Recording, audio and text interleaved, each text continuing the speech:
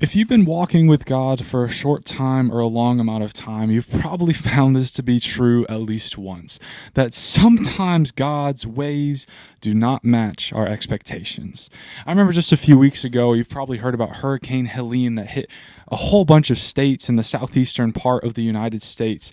And my church was affected by it. We had trees down. We had families that were greatly affected, suffered a lot of losses. It was terrible.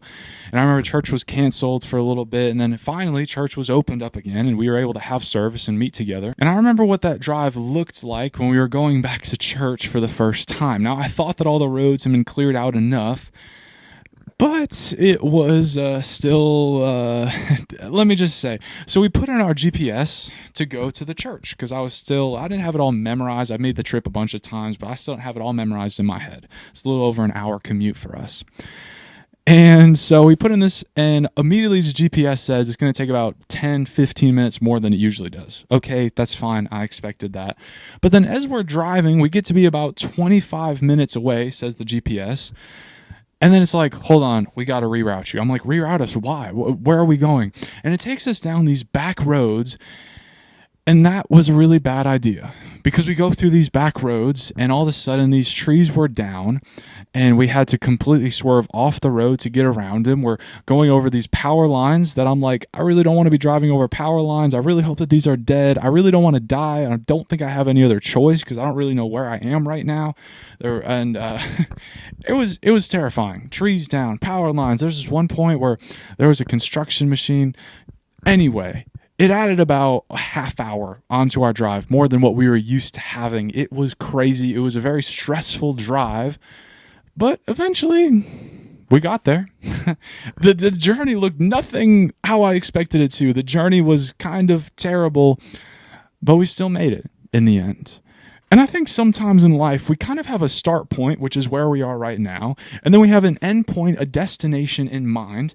And we think that it's like point A to point B, and it's like a straight line. Like we can picture the journey that it takes to get there, and it goes like this.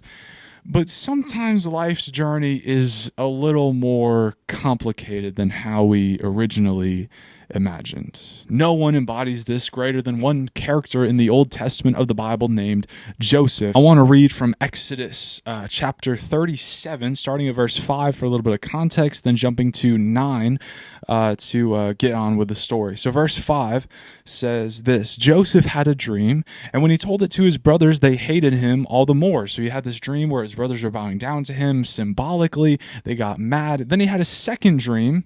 In verse 9 it says this: Then he had another dream, and he told it to his brothers. Listen, he said, I had another dream, and this time the sun and the moon and the 11 stars were bowing down to me. When he told his father as well as his brothers, his father rebuked him and said, What is this dream you had? Will your mother and I and your brothers actually come and bow down to the ground before you? His brothers were jealous of him, but his father kept the matter in mind. So Joseph has these dreams, and they're kind of problematic for a few reasons. One of them is that they're extremely countercultural. See, in that culture, the oldest brother in the family was given a lot of respect, responsibility.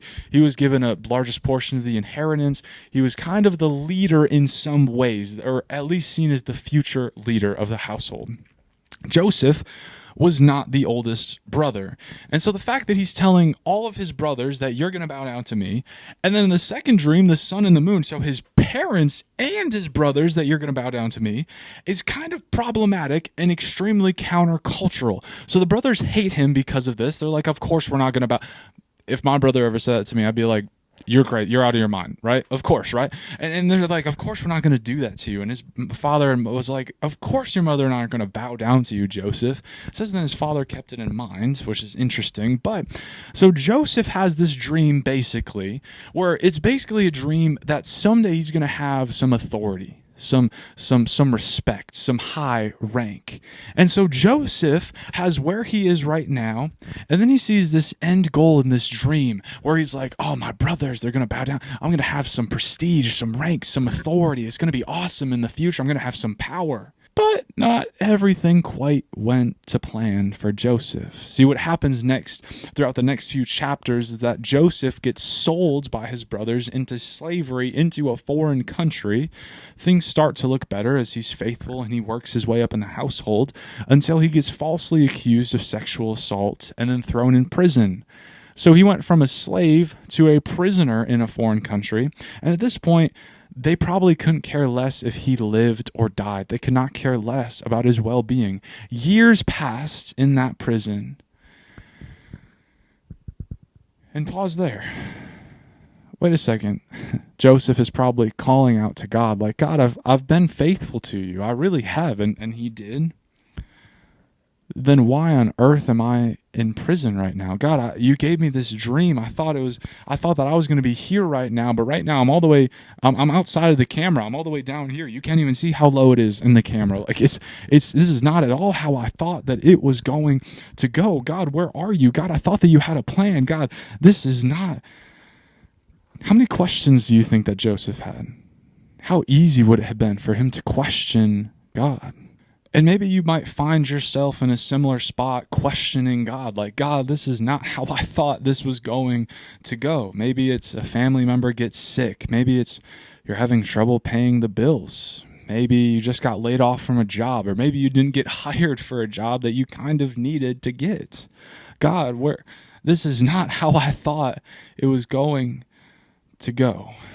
So what do we do in those times?